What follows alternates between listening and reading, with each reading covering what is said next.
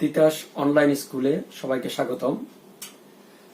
সুপ্রিয় শিক্ষার্থীবৃন্দ, গত মার্চ মাস থেকে আমাদের শিক্ষা প্রতিষ্ঠানগুলো বন্ধ থাকায় আমরা সবাই বাসায় অবস্থান করছি। তোমাদের সাথে আমাদের প্রাতিষ্ঠানিক যোগাযোগ প্রক্রিয়াটা একদম থমকে গিয়েছে।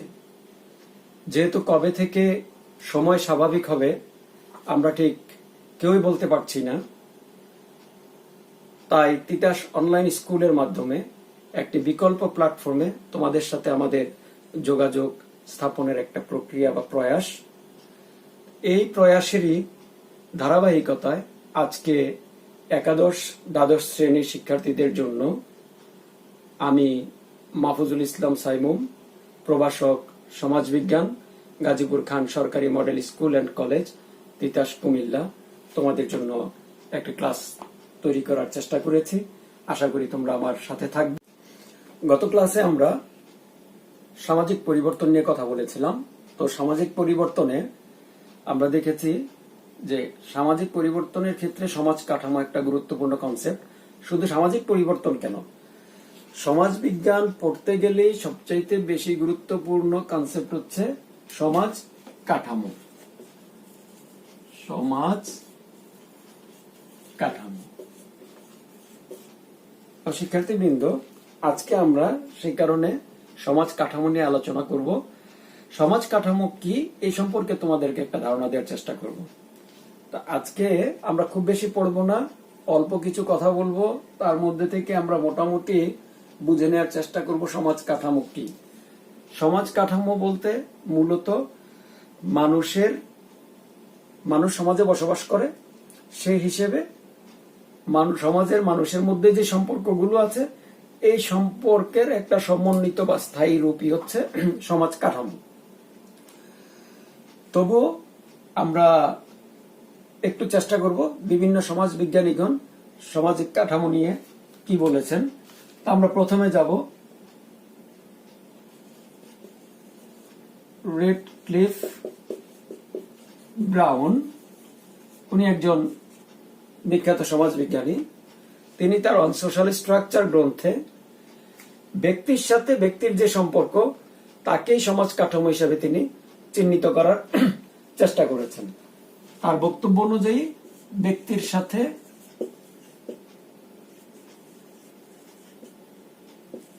ব্যক্তির সম্পর্ক, অর্থাৎ একটা সমাজের মধ্যে যে মানুষজন থাকে এই মানুষের সাথে মানুষের যে সম্পর্ক সেটাকে রেডক্লিফ ব্রাউন সামাজিক কাঠামো বা সমাজ কাঠামো হিসেবে চিহ্নিত করেছেন। সমাজ কাঠামোর ইংরেজি প্রতিশব্দ হচ্ছে সোশ্যাল স্ট্রাকচার। আরেকজন সমাজবিজ্ঞানী মরিস জিন্সবার্গ তার the reason and unreason in society গ্রন্থে বলেছেন প্রধান দল বা প্রতিষ্ঠানের মধ্যে জটিল সম্পর্ক হচ্ছে সমাজ কাঠামো। আমি আবার বলছি, জিন্সবার্গের মতে প্রধান দল বা প্রতিষ্ঠানের জটিল সম্পর্কের একটা সমন্বিত রূপই হচ্ছে সমাজ কাঠামো। তাহলে আমরা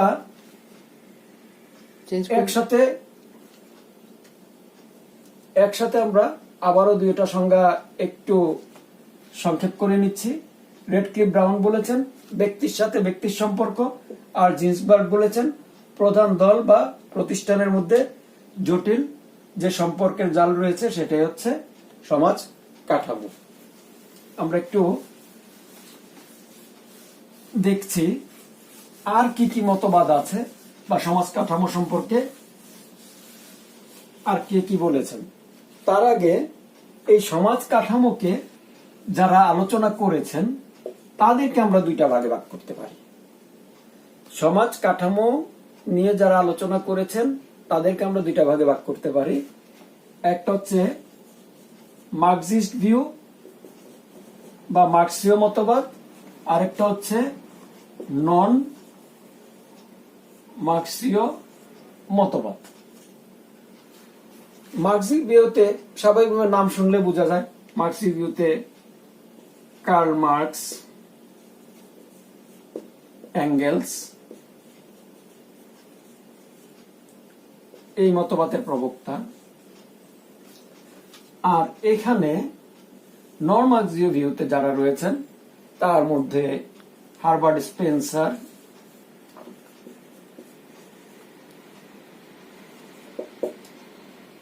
আমরা বলতে পারি আর ব্রাউন, মানে রেডক্লিফ ব্রাউনের কথা,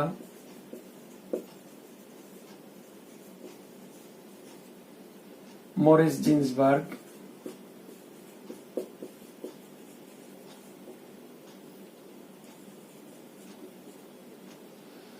প্রমুখ রয়েছেন যারা নাকি নন মার্ক্সিস্ট। মার্ক্সিস্ট স্কুলের মূল বক্তব্য হচ্ছে বস্তু এবং দ্বন্দ্ববাদ থেকে তারা সমাজ কাঠামোকে দেখার চেষ্টা করেছেন। আর নন মার্ক্সিস্ট যারা, ওনারা জৈবিক দৃষ্টিভঙ্গি থেকে যে সমাজের সাথে, সমাজ কাঠামোর সাথে উনি জীবজগৎকে ওনারা সমন্বয় করে সমাজ কাঠামোকে ব্যাখ্যা করার চেষ্টা করেছেন। তার মানে মার্ক্সীয় দৃষ্টিভঙ্গিতে বস্তুবাদ প্রাধান্য পেয়েছে সমাজ কাঠামো বিশ্লেষণের ক্ষেত্রে, আর নন মার্ক্সিস্ট ভিউতে বস্তুবাদের পরিবর্তে জৈবিক সাদৃশ্যবাদ ওখানে গুরুত্ব পেয়েছে। এবার আমরা দেখব যে মার্ক্সিস্ট ভিউতে সমাজ কাঠামোটা আসলে কি। মার্ক্সিস্ট ভিউতে সমাজ কাঠামো যদি আমরা বুঝতে চাই তাহলে কার্ল মার্কসের নামটা আমাদেরকে একটু স্মরণ রাখতে হবে। কার্ল মার্কস সমাজ কাঠামোকে দুটি অংশে বা দুটি ভাগে ভাগ করেছেন। এই জায়গাটা খুব ইন্টারেস্টিং। সমাজ কাঠামোকে অতি সহজে সার্বজনীন ব্যাখ্যা দিয়েছেন কার্ল মার্কস। নামটা আমি একপাশে লিখে নিচ্ছি, কার্ল মার্কস। কার্ল মার্কসের মতে সমাজ কাঠামো দুইটি অংশ বা সমাজ কাঠামো দুই ভাগে বিভক্ত। একটা হচ্ছে মৌল কাঠামো, আরেকটা হচ্ছে উপরি কাঠামো। মৌল কাঠামো, উপরি কাঠামো। আমরা যদি একটু ইংরেজি শব্দটা লিখে রাখি পাশে, বেসিক স্ট্রাকচার, আর এই পাশে হচ্ছে সুপার স্ট্রাকচার। বেসিক স্ট্রাকচার বলতে কার্ল মার্কস অর্থনীতিকে বুঝিয়েছেন, বা আমরা উৎপাদন ব্যবস্থার কথা বলতে পারি।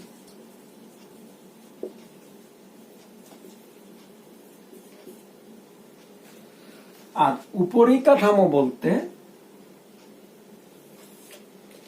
একটা সমাজের উৎপাদন ব্যবস্থা বা অর্থনীতি বাদ দিয়ে বাকি যা আছে সবগুলোকে উপরিকাঠামোর অন্তর্ভুক্ত করেছেন সমাজবিজ্ঞানী দার্শনিক কার্ল মার্কস।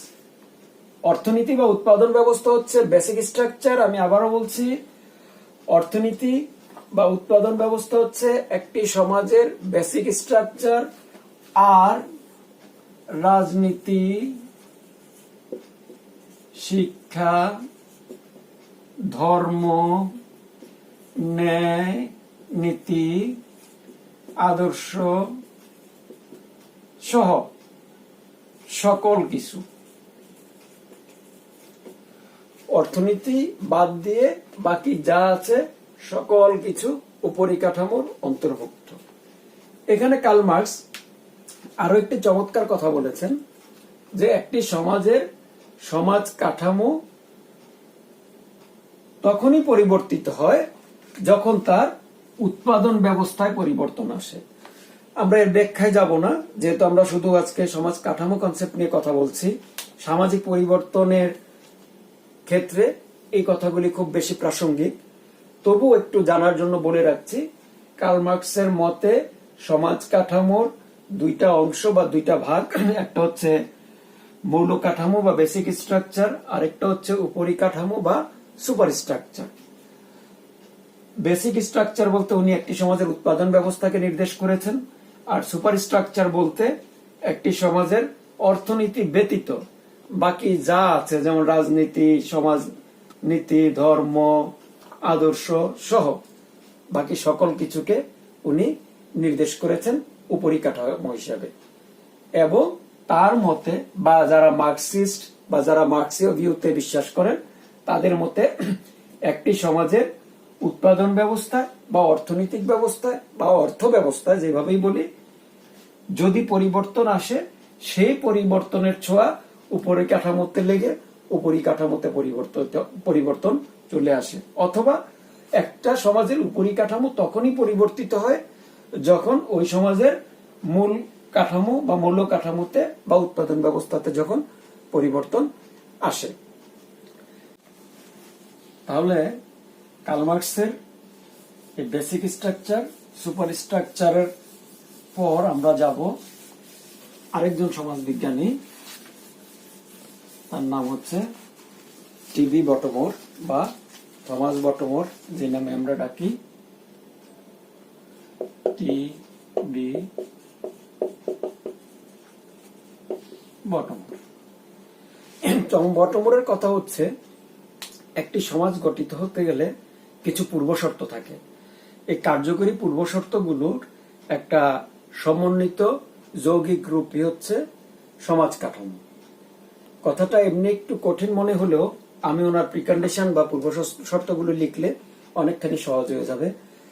তার মতে পূর্ব শর্তগুলি হচ্ছে: 1,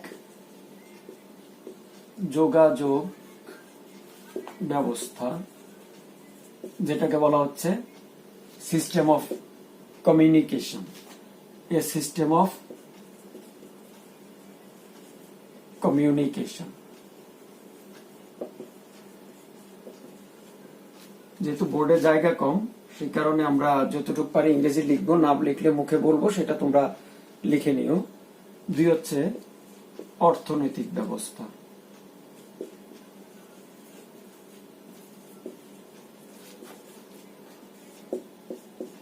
an economic system।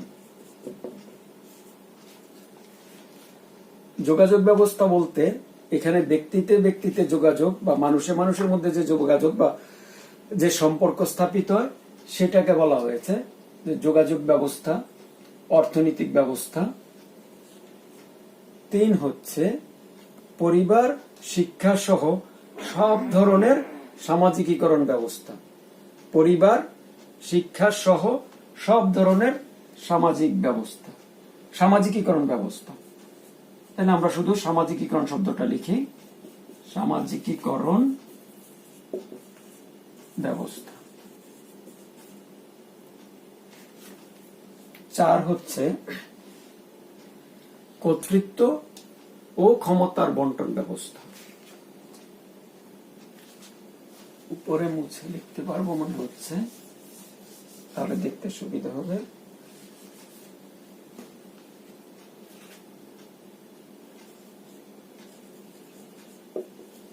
কর্তৃত্ব ও ক্ষমতার বন্টন ব্যবস্থা, অর্থাৎ a system of authority and distribution of power. তারপর আমরা যাচ্ছি 5 নাম্বার, যেটাকে বলা হচ্ছে সামাজিক প্রথা ও রীতিনীতি ব্যবস্থা।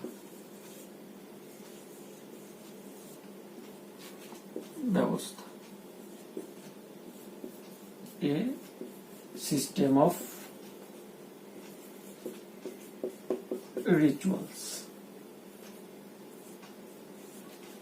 অর্থাৎ টম বটমোরের মতে একটি সমাজ যে সমাজের কতগুলি কার্যকরী পূর্বশর্ত থাকে এবং এই কার্যকরী পূর্ব শর্তগুলো, যে 5টা শর্ত আমরা উল্লেখ করলাম, এর মধ্যে যোগাযোগ ব্যবস্থা রয়েছে, অর্থনৈতিক ব্যবস্থা রয়েছে, সামাজিকীকরণ ব্যবস্থা রয়েছে, কর্তৃত্ব ও ক্ষমতার বন্টন ব্যবস্থা রয়েছে, সামাজিক প্রথা ও রীতিনীতি ব্যবস্থা রয়েছে। এই ব্যবস্থাগুলোর মধ্যে যে পারস্পরিক সমন্বিত ভূমিকা রয়েছে, এই ভূমিকাগুলো সমন্বয়েই সমাজ কাঠামো গড়ে ওঠে। তাহলে আমরা যদি প্রথম থেকে আজকের ক্লাসটাকে একটু সামারাইজ করে সহজে বলতে পারি, সমাজ কাঠামো হচ্ছে সমাজ বিজ্ঞানের একটি অত্যন্ত গুরুত্বপূর্ণ কনসেপ্ট বা মূল কনসেপ্টও আমরা আলোচনার ক্ষেত্রে বলতে পারি, বা সমাজ বিজ্ঞানের আলোচনার কেন্দ্রবিন্দু আমরা সমাজ কাঠামোকে বলতে পারি। তো এই ক্ষেত্রে সমাজ বিজ্ঞানী রেডক্লিফ ব্রাউন বলেছেন যে পার্সন টু পার্সন যে রিলেশন, সেটাই হচ্ছে সমাজ কাঠামো। মরিস জিন্সবার্গ বলেছেন প্রধান দল বা প্রতিষ্ঠানের মধ্যে যে সম্পর্ক, সেটাই হচ্ছে সমাজ কাঠামো। আবার মার্ক্সীয় ভিউ থেকে অথবা কার্ল মার্কস সমাজ কাঠামোর সংজ্ঞা দিতে গিয়ে, বিশ্লেষণ করতে গিয়ে বলেছেন সমাজের কাঠামোর দুটি অংশ বা দুই ভাগে সমাজ কাঠামোকে ভাগ করা যায়। একটা হচ্ছে মৌলিক কাঠামো আর একটা হচ্ছে উপরিকাঠামো, বেসিক স্ট্রাকচার এবং সুপার স্ট্রাকচার। ইকোনমি অথবা মোড অফ প্রোডাকশন যেটাকে বলা হয়, উৎপাদন ব্যবস্থা হচ্ছে বেসিক স্ট্রাকচার, আর উৎপাদন ব্যবস্থা ব্যতীত একটা সমাজের বাকি সকল কিছু হচ্ছে সুপার স্ট্রাকচার। সমাজের বেসিক স্ট্রাকচারে যখন পরিবর্তন আসে তখনই সুপার স্ট্রাকচারে পরিবর্তন হয়, অথবা সুপার স্ট্রাকচার তখনই পরিবর্তিত হয় যখন বেসিক স্ট্রাকচারে কোনো পরিবর্তন আসে। আর সর্বশেষ টম বটমোর সমাজ ক্রিয়াশীল থাকার পেছনে 5টি পূর্ব শর্তের কথা বলেছেন। এই 5টি পূর্ব শর্তের মধ্যে একটি হচ্ছে যোগাযোগ ব্যবস্থা, অর্থনৈতিক ব্যবস্থা, পরিবার ও শিক্ষা সহ সামাজিকীকরণ ব্যবস্থা, কর্তৃত্ব ও ক্ষমতার বন্টন ব্যবস্থা, সামাজিক প্রথা ও রীতিনীতি। এগুলির সমন্বয়ে টম বটমের মতে সমাজ কাঠামো গড়ে ওঠে। তো শিক্ষার্থীবৃন্দ, আমরা আশা করব যে ভবিষ্যতে আমরা সবাই আরো মনোযোগী হয়ে ক্লাস করতে পারবো, এবং আমাদের যে পরিশ্রম বা আমাদের যে চেষ্টা, এই চেষ্টাটুকু তোমাদের কাছে যথাযথ গুরুত্ব পাবে এবং তোমরা বাড়িতে বসে একটু পড়াশোনা করবে, পাশাপাশি নিজেরা একটু সচেতন থাকবে, ঘরে থাকবে, স্বাস্থ্যবিধি মেনে চলবে, এই প্রত্যাশা রাখছি।